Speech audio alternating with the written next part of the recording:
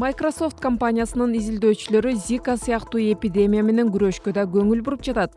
Жаңы аппараттын компьютери чиркейлердин кайсынысы илдет алып жүргөнүн аныктап, аларды жок кылат дагы вирусту алып жүрбөгөн чиркейлерди кое берет. Компания Хьюстон шаарында аппаратты сынап жатат.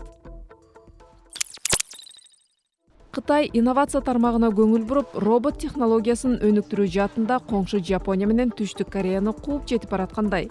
Бул робот ресторандарда заказ алат. 2018 жылга чейин дүйнөдө 1,3 миллион робот ишке киргизилет деп жоромолдонууда.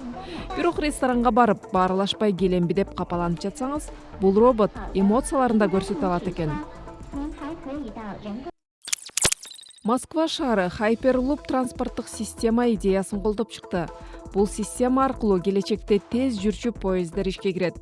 Hyperloop магниттердин күчү менен саатына 1200 чакырым ылдамдык менен жүргөн транспорттук системаны түзмөкчү. Албетте айрымдар технология ишке ашпайт деген пикирде. Бирок компания 2021 жылы Hyperloop транспорттук системасы тургундарды ташып баштайт деп жарыялады. Транспорт демекчи, келечекте өтө кымбат унаалар кандай болот деген сурооңуз болсо, Rolls-Royce компаниясы айдоочусуз унаасынын долбоорун жарыялады. Отургучтары жибектен жасалган, унаада 1,5 метрлик телевизор да бар. Компания азырынча бул унаанын мотору кандай болору белгисиз экенин айтты. Бирок ал жаратылышка зыян келтирбейт деп маалымдады.